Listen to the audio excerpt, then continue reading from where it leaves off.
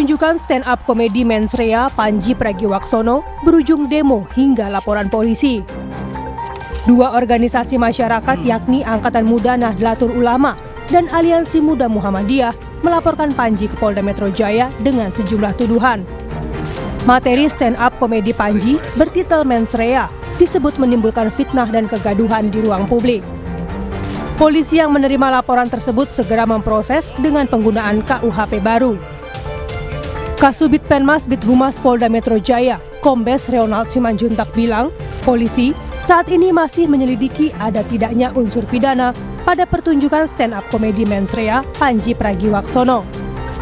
Ronald menekankan, Polda Metro Jaya akan menerapkan KUHP baru dalam penyelidikan ini. Membuktikan apakah ada perbuatan pidana dari kegiatan yang bertajuk tanda kutip mensrea tersebut. Pasal yang diterapkan dalam laporan ini adalah KUHP baru, ya, tentang penistaan agamanya pasal 1 Undang-Undang Nomor 1 Tahun 2023 tentang sebagaimana dimaksud dalam pasal 300 KUHP atau pasal 301 KUHP dan atau pasal 242 KUHP dan atau pasal 243 KUHP. Ini Undang-Undang Nomor 1 Tahun 2023 ini KUHP baru. Ya, yang diberlakukan adalah KUHP baru.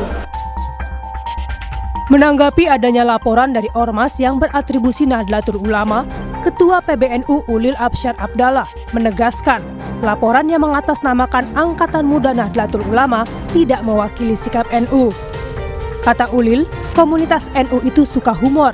Jadi, agak aneh kalau ada orang sedang mau humor dilaporkan ke aparat hukum. Santai saja menanggapi humor. Kita ini umatnya Gus Dur yang suka humor. Bantahan senada juga dikeluarkan Ketua Lembaga Bantuan Hukum dan Advokasi Publik PP Muhammadiyah. Taufik Nugroho menegaskan, Muhammadiyah tidak mengenal ataupun terafiliasi dengan Aliansi Muda Muhammadiyah yang melaporkan komika Panji Pragiwaksono ke polisi. Taufik memastikan Muhammadiyah tidak pernah memberi sikap resmi mengenai stand-up komedi Panji Pragiwaksono bertajuk mensrea dan bersikap terbuka terhadap kritik. Panji Pragiwaksono, seorang stand-up komedi yang kemarin viral dengan mensreanya, dilaporkan ke polisi. Saya selaku Ketua Lembaga Bantuan Hukum dan Advokasi Publik Pimpinan Pusat Muhammadiyah menyatakan bahwa Muhammadiyah tidak pernah membuat sikap resmi untuk melaporkan yang bersangkutan. Jadi Muhammadiyah itu menerima kritik. Kalau itu memang benar kami jadikan alasan membangun, kalau tidak benar akan kami sampaikan klarifikasi. Jadi saya yang membidangi hukum di Persyarikatan Muhammadiyah menyatakan tidak pernah ada laporan polisi dari Muhammadiyah. Kalau di pemberitaan menyatakan dari Aliansi Muda Muhammadiyah, Muhammadiyah tidak mengenal organisasi itu. Soal kasus Panji, mantan Menko Polhukam Mahfud MD menilai Panji Pragiwaksono tidak bisa dijerat dengan Kitab Undang-Undang Hukum Pidana yang baru. Kata Mahfud, berdasarkan waktu peristiwa, Panji menyampaikan materi mensrea melalui tayangan di platform Netflix pada Desember 2025 dan baru ditayangkan pada Januari 2026. Untuk kasus Panji Pragiwaksono ini tidak bisa dihukum. Tidak bisa dihukum. Tidak bisa dihukum. Karena ketentuan ini dimuat di dalam KUHP baru yang berlaku sejak tanggal 2. Oh, karena waktunya dia belum mengatakan berlaku. Bulan Desember. Iya.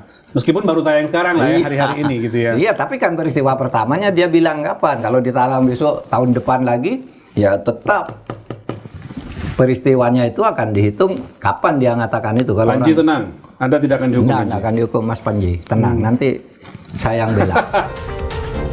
Soal polemik pertunjukan stand-up komedinya, Panji dalam unggahan di akun medsosnya mengapresiasi perhatian publik. Hai, apa kabar Indonesia? Gue cuma mau bilang terima kasih untuk dukungannya, untuk doanya. Banyak banget yang ngedoain yang baik-baik ke gue. Gue juga baik-baik aja. Gue lagi di New York habis ngisi siaran dan sekarang lagi mau balik ke rumah. Lapar, mau balik ke anak-anak dan istri dan makan malam sama mereka. Semoga lu juga sehat, semoga lu juga baik-baik aja. I love you guys. Dan terima kasih sudah mencintai kesenian stand up comedy. Moga-moga gue masih punya banyak perkomedian untuk Anda. Bye. Saat ini, penyelidikan atas laporan 2 ormas terhadap pertunjukan stand-up komedi mensrea Panji Pragiwaksono masih berjalan. Selain menganalisa barang bukti, polisi juga akan memeriksa saksi dan terlapor, yakni Panji Pragiwaksono. Tim Liputan, Kompas TV. Materi komedi dalam pagelaran mensrea oleh Panji Pragiwaksono tidak hanya berujung pada kontroversi, tapi juga pada laporan ke polisi. Kami diskusikan ini bersama Sekretaris Lembaga Seni Budaya Muslimin Indonesia atau Bumi PBNU Inaya Wahid, bergabung juga bersama kami Ketua Umum Lingkar Nusantara Hendar Samarantoko, dan Direktur Eksekutif Lingkar Madani Ray Rangkuti. Selamat sore semuanya, dengan Tifal di sini. Sore, Bu. Terima kasih. Semua sudah bergabung bersama kami. Mbak Inayah, sederhananya saya mau penegasan lagi. Jadi laporan yang dibuat Rizky Abdurrahman Wahid atas nama Angkatan Muda NU ini menjadi representasi NU atau tidak? Bukan. Ditegaskan di situ ya? Ya, bukan. Tapi kalau kemudian disebutkan oleh pelapor ini kontennya menghina, menyebabkan kegaduhan, berpotensi pecah belah bangsa, sejauh mana analisis Anda, Mbak? Yang disebut dengan menghina yang bagian mana? Maksudnya gini, faktanya itu kan memang NU menerima tambang gitu. Jadi ya itu fakta yang diketahui oleh semua orang gitu. Saya sendiri udah berapa kali juga merosting PBNU untuk alasan yang sama, membuat joke tentang hal itu, tapi sama Mas Rizky nggak dituntut. Saya juga bingung. Jadi kalau misalnya persoalannya yang mana sebenarnya gitu. Apa yang ada di dalam konteksnya Mas Panji yang kemudian jadi masalah yang merasa perlu dituntut gitu kan, ini sesuatu yang fakta yang semua orang tahu kok gitu. Jadi kalau konteks penghinaan itu menurut Anda tidak ada dalam konten yang disampaikan oleh Panji? Ya itu kan ini ya subjektif jadinya ya. Maksudnya gini, Mas Rizky bisa merasa terhina ya bisa aja mungkin sebagai Nadiin, tapi persoalannya dan Mas Rizky kemudian mau menuntut juga ya monggo aja. Tapi yang pasti tuntutan itu tidak mewakili Nadiin, itu satu. Dia tidak mewakili organisasi Nahdlatul Ulama, itu yang penting. Itu satu dulu. Yang kedua, bahkan nggak ada yang namanya aliansi muda NU, itu nggak ada, lembaga itu nggak ada di dalam NU sendiri gitu, itu nggak ada. Jadi nggak tahu dia itu mewakili siapa. Kalau pertanyaannya boleh apa enggak, ya silakan Mas Rizky sebagai warga negara punya hak kalau misalnya merasa terhina ya monggo aja. Tapi kan pertanyaannya kemudian perlu apa enggak, penting apa enggak gitu. Dan kalau menurut saya ya ini malah jadi selain itu tidak mewakili lembaga gitu ya, yang bahkan sebenarnya suaranya PBNU dalam konteks ini nggak masalah gitu. Baik. dengan apa yang dikatakan oleh Mas Panji gitu ya. Dan yang agak ironis ini sebenarnya adalah karena yang nuntut namanya Abdurrahman Wahid gitu, yang kalau dalam konteks NU gitu ya, Baik. ini jauh banget orang yang namanya Abdurrahman Wahid di NU itu. Bang Hendar Sam, kalau Anda melihatnya kritik yang disampaikan Panji dalam pagelaran mensrea itu arahnya menghina, menyebabkan gaduh dan berpotensi pecah belah bangsa? Iya kan harus kembali lagi kepada saya mendudukannya begini dulu. Satu masalahnya apakah ini stand up comedy ini kan sifatnya adalah komedi itu dulu kan, konteksnya komedi, jadi lucu atau tidak. Nah kan gitu. Nah tinggal dibagi dua tuh, ada yang merasa yang lucu, ada yang merasa ini nggak lucu, kan gitu aja. Nah sebenarnya konteks dasarnya itu di situ. Nah kemudian berikutnya bahan yang digunakan, ya kan, bahan yang digunakan ini saya nggak mengatakan ini kritik sebenarnya, lebih kepada satir sebenarnya ya, kata-kata satir yang digunakan untuk quote and quote menyindir pihak-pihak tertentu kan, seperti itu. Nah kalau satir memang agak sulit untuk diimplementasikan ke dalam suatu tindak pidana kan gitu, apalagi Mas Panji juga sudah sepertinya sudah sangat mempersiapkan diri, sudah sangat mempersiapkan ya dalam materinya itu dengan kata-kata yang mungkin cukup tergolong aman ya kan menurut keyakinan saya kan dan lain sebagainya kan hal tersebut sudah beliau persiapkan dengan hal tersebut. Sehingga wajar nggak kalau kemudian dilaporkan ke polisi menurut Anda, Bang? Iya kalau masalah wajar nggak wajar kan setiap orang boleh ngelaporin, cuman masalahnya bisa it works atau tidak kan gitu kan. Ini bisa berjalan apa tidak. Nah, makanya saya kembali kepada konteksnya tadi yang dilaporkan pasal 300 dan 301 KUHP yang mencontohkan ini berhubungan dengan penghasutan di muka umum yang bersifat permusuhan atau kebencian terhadap agama dan atau kepercayaan dan penyebarannya. Sekarang masalahnya kan yang disindir kan organisasi masyarakatnya kan gitu. Ormas yang disindir nih ya kan bukan masalah agama atau kepercayaannya. Ya itu pasalnya menjadi gugur terkait dengan masalah itu kan. Habis itu ada pasal 242 dan 243 KUHP. Ini yang baru ya, kemarin kan. Dengan permusuhan terhadap golongan penduduk atau yang penyebaran bisa menyebabkan kekerasan atau gangguan keamanan. Nah, poinnya ini harus ada kekerasan juga. Dari sini harus ada kekerasannya, ada akibatnya terkait dengan hal tersebut. Jadi sebenarnya saya selesaikan dulu biar menyeluruh ya.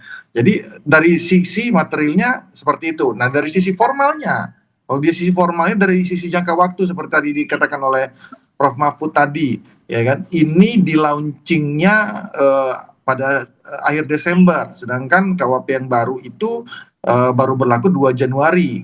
Jadi bisa ada perdebatan mengenai masalah ini masuk KUHP yang baru, rezim KUHP yang baru atau yang lama. Kalau dia laporkan pakai KUHP yang baru, ya artinya laporannya terus terang akan otomatis menjadi gugur. Dia harus buat laporan baru. Nah kemudian yang penting juga ya kan dari aspek sosial kita melihat kan bahwa malah laporan seperti ini, reaksi yang seperti ini yang ditunggu-tunggu oleh Panji itu sendiri sebenarnya. Ya.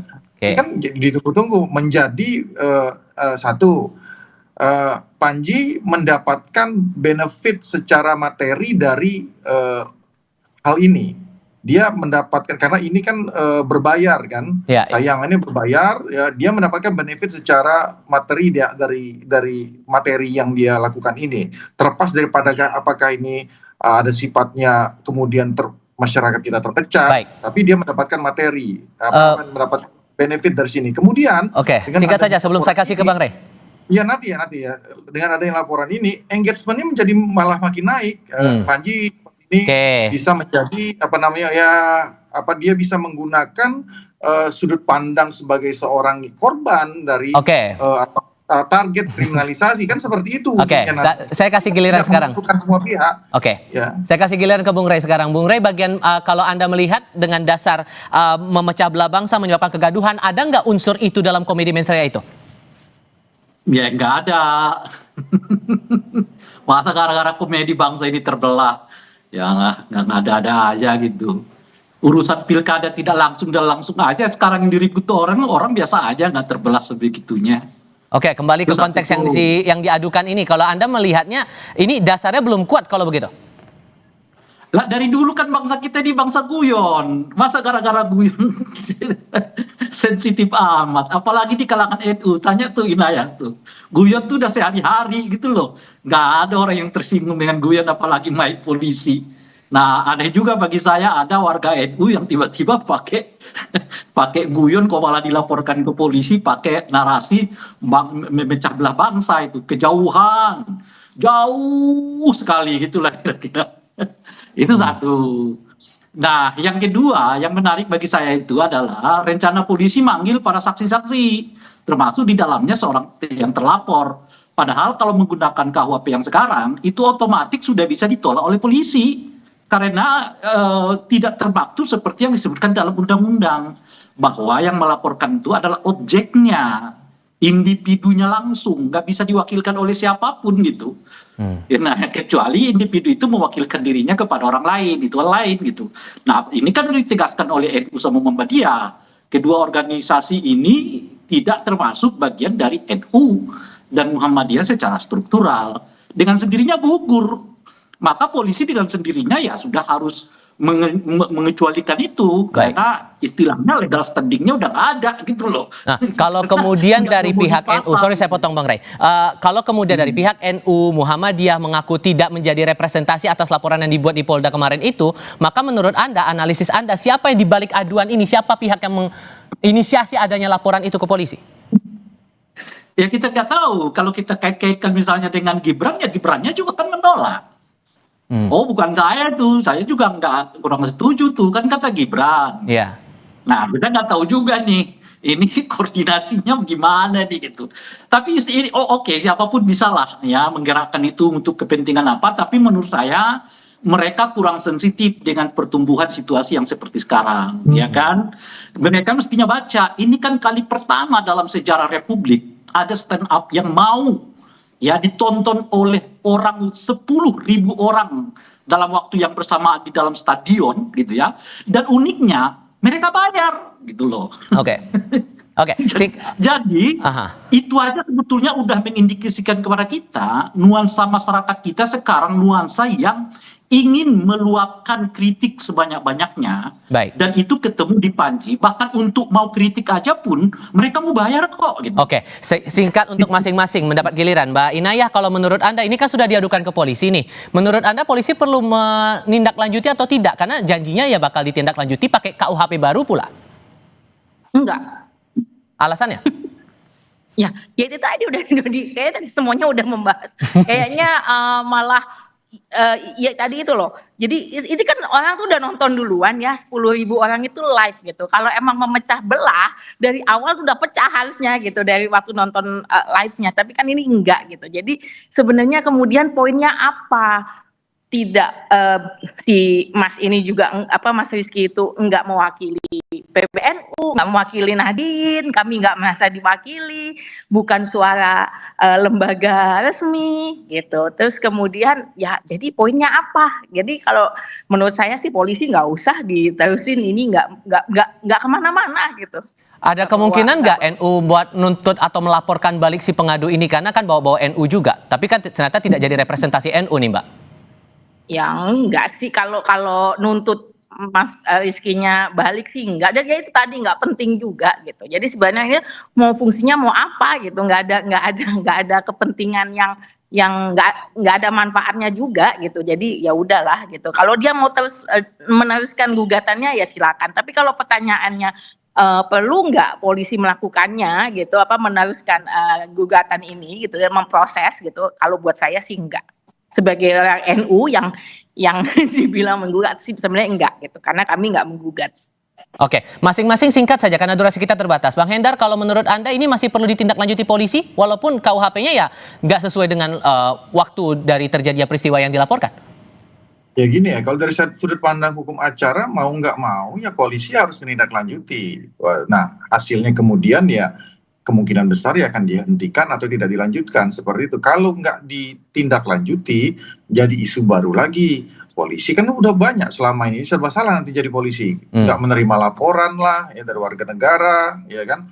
Jadi memang hukum acara mengatur memang polisi nggak boleh tidak menerima laporan dan harus memprosesnya. Tapi prosesnya seperti apa? Ya ini yang pendapat saya mungkin sama dengan yang lain bahwa lemah terkait masalah itu. Yang kedua, ya kalau kita mau lihat lagi ya kita menyayangkan karena jadi memang ada pendapat yang terbelah. Jadi ini ada yang ngomong lucu, ada yang ngomong nggak lucu kan gitu kan. Nah kemudian yang diuntung ya sebenarnya kalau kita tarik lagi ke belakang, yang paling diuntungkan siapa dalam permasalahannya? Yang diuntungkan nih kalau kita menghimbau kepada pelapor, yang diuntungkan Panji, gitu loh. Dan kritik dalam bentuk komedi itu wajar ya? Ya wajar-wajar saja gitu loh. Panji akan ya seperti yang kita lihat tadi tuh nih ya, saya baik-baik saja, saya ini ya, itulah. Jadi Panji akan mengolah ini kembali, memproduksi ini, akan mendramatisasi hal tersebut. Nah hal seperti inilah sebenarnya kan masyarakat kita yang mungkin tidak sepakat dan setuju juga harus cerdas bahwa dalam konteks kita bicara ke konteks segala macam itu ya ada yang perlu ditanggapi, ada yang juga yang nggak perlu ditanggapi gitu. Oke, saya kasih kesempatan Bung Ray sekarang. Bung Ray singkat saja. Ya ditindaklanjuti untuk dikatakan tidak bisa ditindaklanjuti gitu loh. Jadi administrasinya tentu ditindaklanjuti, tapi kan dibaca pasal-pasalnya ini nggak tepat. Yes. Ya tentu pakai KUHP yang baru karena pelaporannya itu kan pada tanggal berapa tuh di bulan Januari itu, di mana KUHP itu sudah berlaku. Baik. Artinya pendekatannya jelas dan pakai KUHP yang baru. Itu satu. Oke. Nah yang kedua, kalau tidak, ini ujian juga bagi polisi. Sejauh apa polisi benar-benar dapat bersikap objektif terhadap pelaporan-pelaporan masyarakat. Oke. Jangan lagi bertambah asumsi orang. Kalau berhubungan dengan kekuasaan, polisinya cepat. Kalau berhubungan dengan polisinya lambat gitu. Nah, ini tantangan bagi polisi. Baik, Bung Ray Rangkuti, Mbak Inaya, Bang Hendar Sam, terima kasih banyak sudah berbagi perspektif bersama kami. Selamat sore semuanya. Semuanya sama-sama.